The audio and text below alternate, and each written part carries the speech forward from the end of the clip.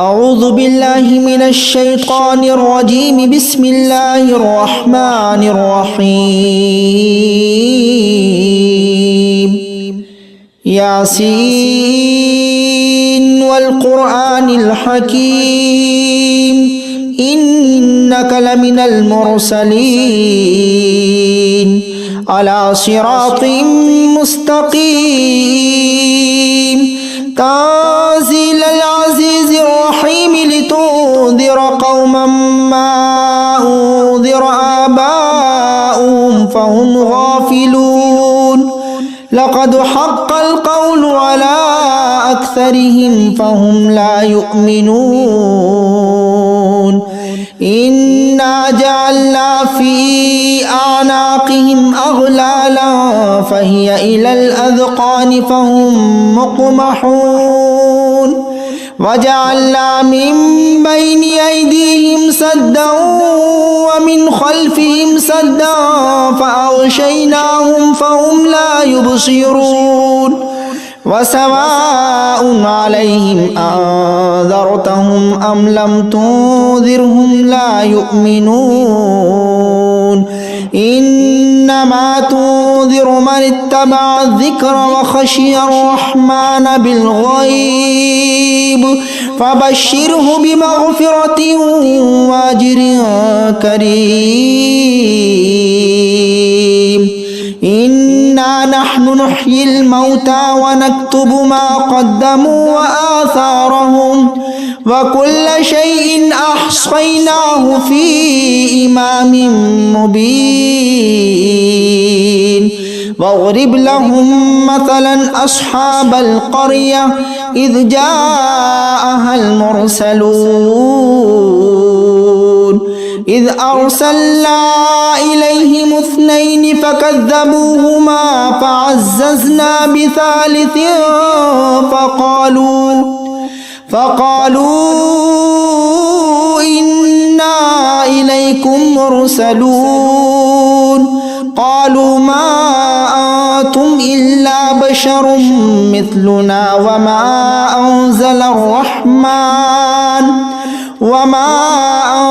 الرحمن من شيء إن أنتم إلا تكذبون قالوا ربنا يعلم إنا إليكم لمرسلون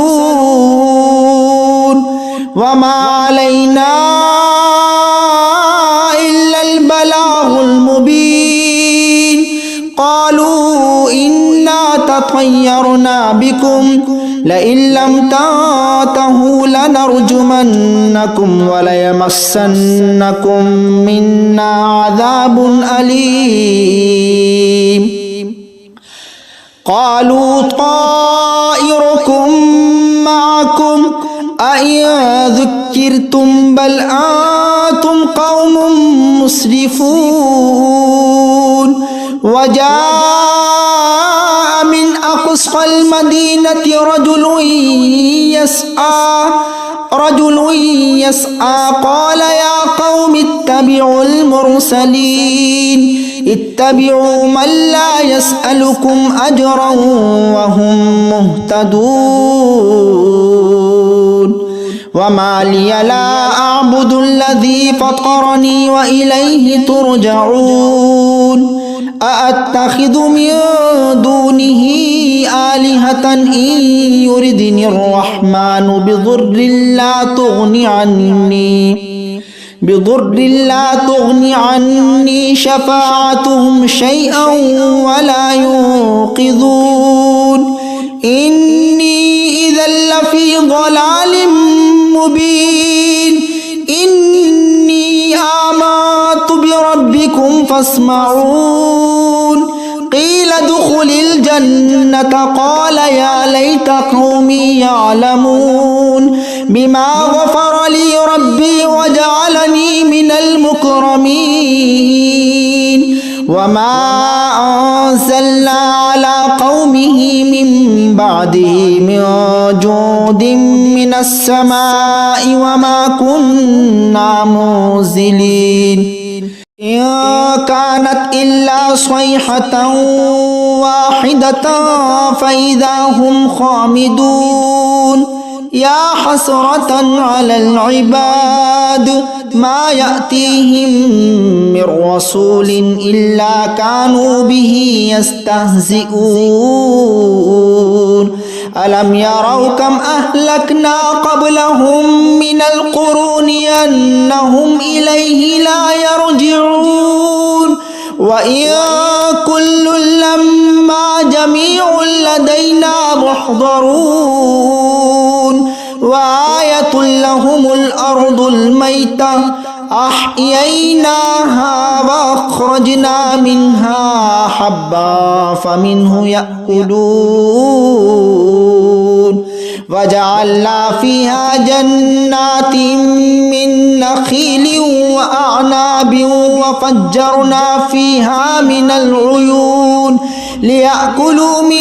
ثمره وما عملته أيديهم أفلا يشكرون سبحان الذي خلق الأزواج كلها مما تنبت الأرض ومن أنفسهم ومما لا يعلمون وآية لهم الليل نسلخ منه النهار فإذا هم مظلمون والشمس تجري لمستقر لها ذلك تقدير العزيز العليم والقمر قدرناه منازل حتى عاد كالعرجون القديم لا الشمس ينبغي لها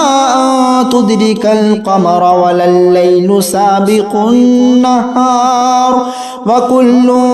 في فلك يسبحون وآية لهم أنا حملنا ذريتهم في الفلك المشحون وخلقنا لهم من مثله ما يركبون وإن نشأ نغرقهم فلا صريخ لهم ولا هم ينقذون إلا رحمة منا ومتاعا إلى حين وإذا قيل لهم اتقوا ما بين أيديكم وما خلفكم لعلكم ترحمون وما تأتيهم من آية من آيات ربهم إلا كانوا عنها معرضين وإذا قيل لهم أنفقوا مما رزقكم الله قال الذين كفروا للذين آمنوا أنطعم من لو يشاء الله أطعمه إن أنتم إلا في ضلال مبين ويقولون متى هذا الوعد إن كنتم صادقين ما ينظرون إلا صيحة واحدة تأخذهم وهم يخصمون فلا يستطيعون توصية ولا إلى أهلهم يرجعون ونفخ في الصور فإذا هم من الأجداث إلى ربهم ينسلون قالوا يا ويلنا من بعثنا من مرقدنا هذا ما وعد الرحمن وصدق المرسلون إن كانت إلا صيحة واحدة فإذا هم جميع لدينا محضرون فاليوم لا تظلم نفس شيئا ولا تجزون إلا ما كنتم تعملون إن أصحاب الجنة اليوم في شغل فاكهون هم وأزواجهم في ظلال على الأرائك متكئون لهم فيها فاكهة ولهم ما يدعون سلام قولا من رب رحيم وامتازوا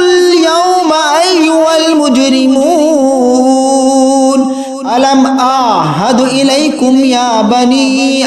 آدم ألا تعبدوا الشيطان إنه لكم عدو مبين وأن اعبدوني هذا صراط مستقيم ولقد أضل منكم جبلا كثيرا أفلم تكونوا تعقلون هذه جهنم التي كنتم توعدون اصلوها اليوم بما كنتم تكفرون اليوم نختم على أفواههم وتكلمنا أيديهم وتشهدهم أرجلهم بما كانوا يكسبون ولو نشاء لطمسنا على أعينهم فاستبقوا الصراط فأنى يبصرون ولو نشاء لمسخناهم على مكانتهم فما استطاعوا مضيا ولا يرجعون ومن نعمره ننكسه في الخلق أفلا يعقلون وما علمناه الشعر وما ينبغي له إن هو إلا ذكر وقرآن مبين لينذر ما كان حيا ويحق القول على الكافرين أولم يروا أنا خلقنا لهم مما عملت أيدينا أنعاما فهم لها مالكون وذللناها لهم فمنها ركوبهم ومنها يأكلون ولهم فيها منافع ومشارب أفلا يشكرون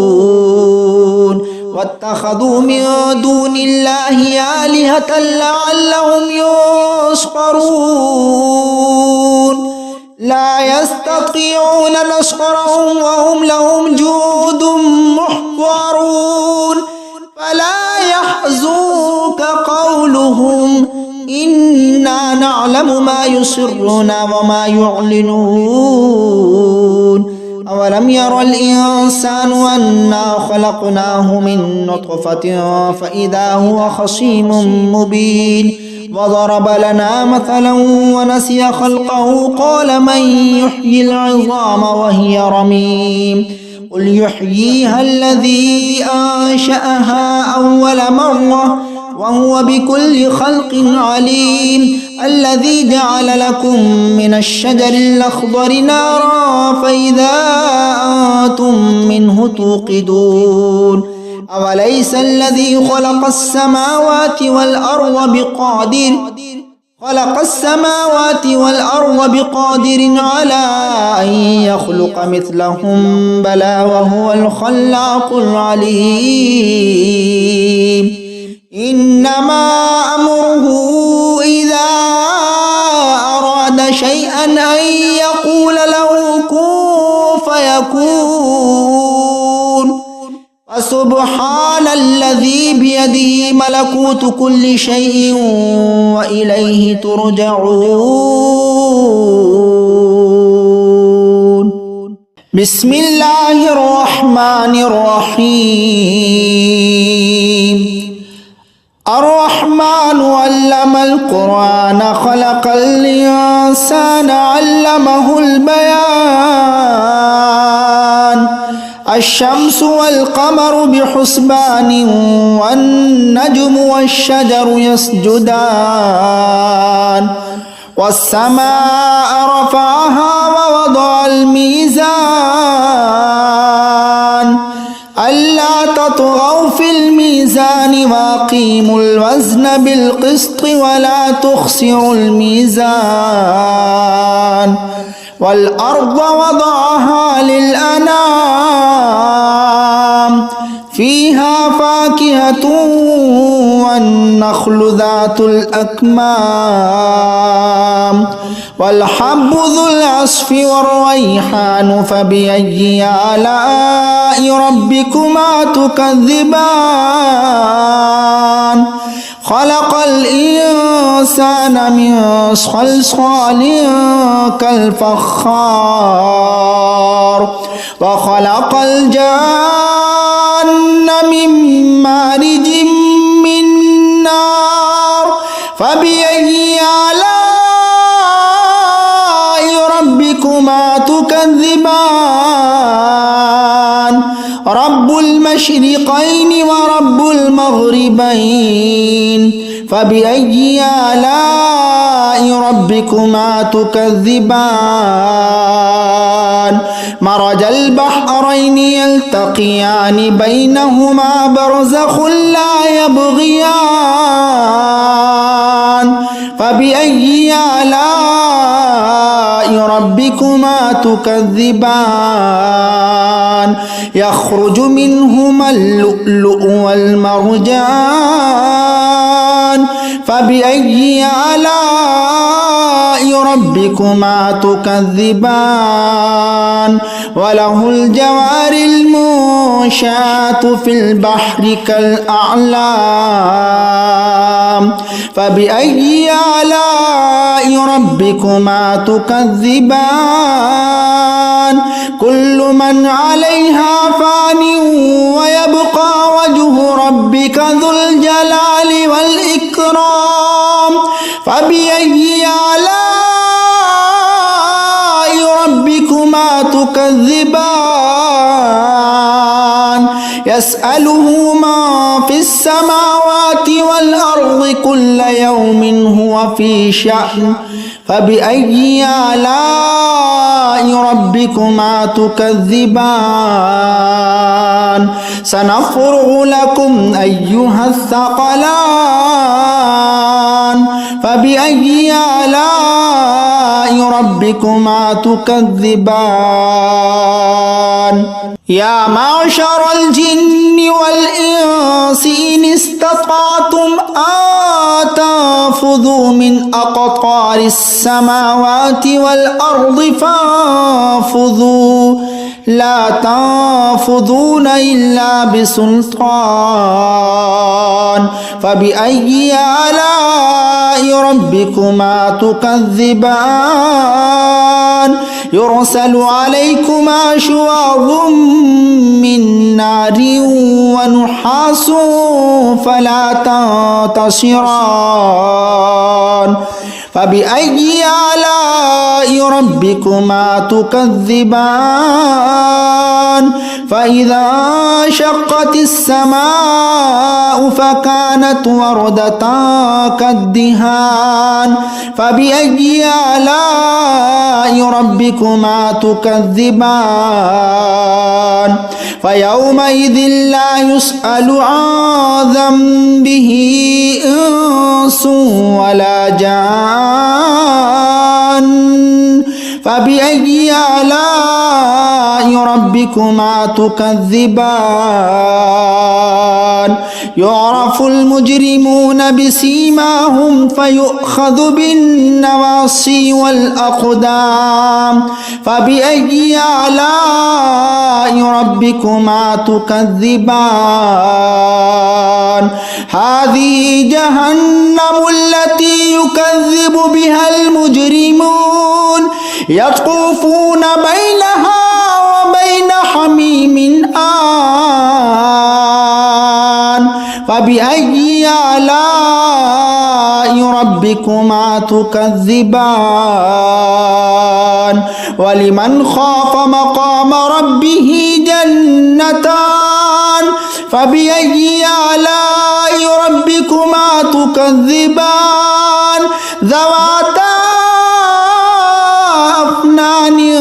فبأي آلاء ربكما تكذبان فيهما عينان تجريان فبأي آلاء ربكما تكذبان فيهما من كل فاكهة زوجان فبأي آلاء ربكما تكذبان متكئين على فرش بطائنها من استبرق وجنى الجنتين دان فبأي آلاء ربكما تكذبان فيهن قاصرات الطرف لم يطمثهن إنس قبلهم ولا جان فبأي آلاء ربكما تكذبان كأنهن الياقوت والمرجان فبأي آلاء ربكما تكذبان هل جزاء الإحسان إلا الإحسان فبأي آلاء ربكما تكذبان ومن دونهما جنتان فبأي آلاء ربكما تكذبان مدهامتان فبأي آلاء ربكما تكذبان فيهما عينان نضاختان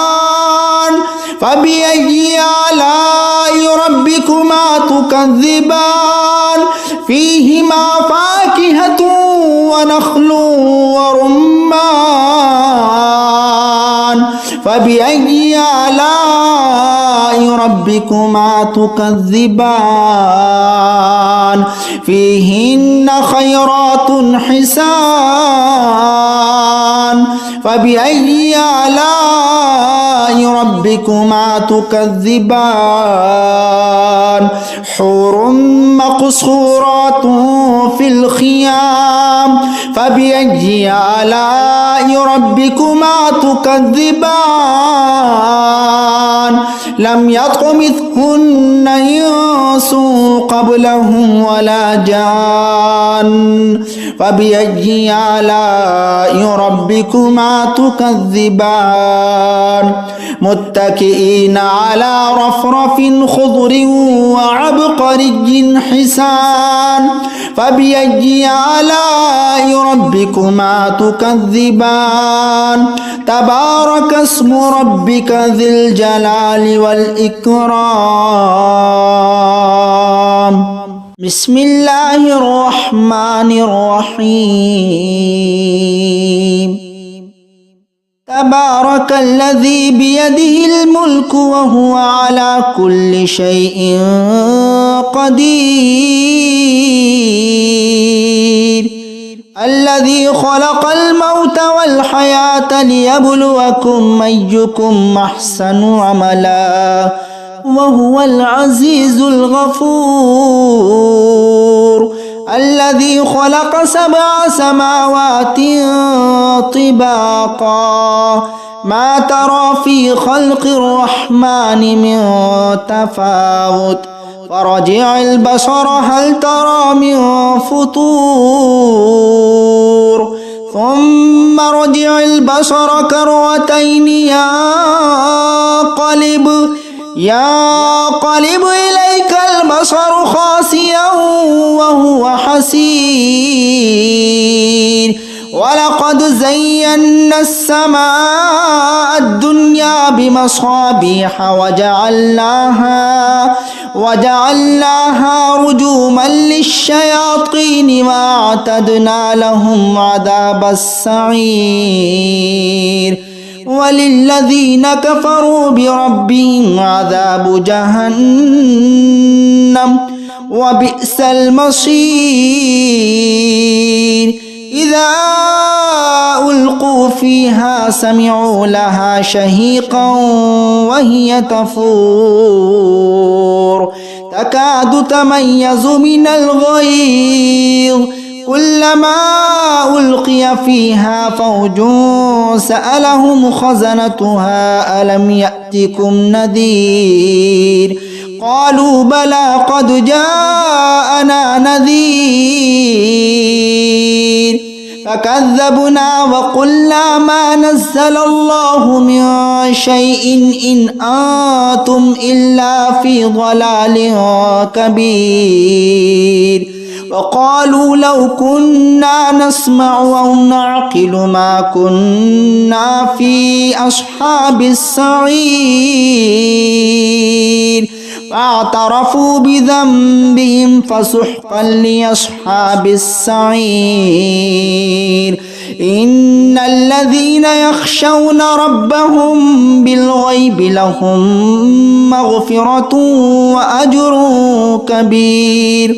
وأسروا قولكم أو اجهروا به إنه عليم بذات الصدور ألا يعلم من خلق وهو اللطيف الخبير هو الذي جعل لكم الأرض ذلولا فامشوا في مناكبها وكلوا من رزقه وإليه النشور أأمنتم من في السماء أن يخسف بكم الأرض فإذا هي تمور أم أمنتم من في السماء أن يرسل عليكم حاصبا فستعلمون كيف نذير ولقد كذب الذين من قبلهم فكيف كان نكير أولم يروا إلى الطير فوقهم صافات ويقبضن ما يمسكهن إلا الرحمن إنه بكل شيء بصير أمن هذا الذي هو جند لكم ينصركم من دون الرحمن إن الكافرون إلا في غرور أمن هذا الذي يرزقكم إن أمسك رزقه بل لجوا في عتو ونفور أفمن يمشي مكبا على وجهه أهدى أمن يمشي سويا على صراط مستقيم قل هو الذي أنشأكم وجعل لكم السمع والأبصار والأفئدة قليلا ما تشكرون قل هو الذي ذراكم في الأرض وإليه تحشرون ويقولون متى هذا الوعد إن كنتم صادقين قل إنما العلم عند الله وإنما أنا نذير مبين فلما رأوه زلفة سيئت وجوه الذين كفروا وقيل هذا الذي كنتم به تدعون قل أرأيتم إن أهلكني الله ومن معي أو رحمنا فمن يجير الكافرين من عذاب أليم قل هو الرحمن آمنا به وعليه توكلنا فستعلمون من هو في ضلال مبين قل أرأيتم إن أصبح ماؤكم غورا فمن يأتيكم بماء معين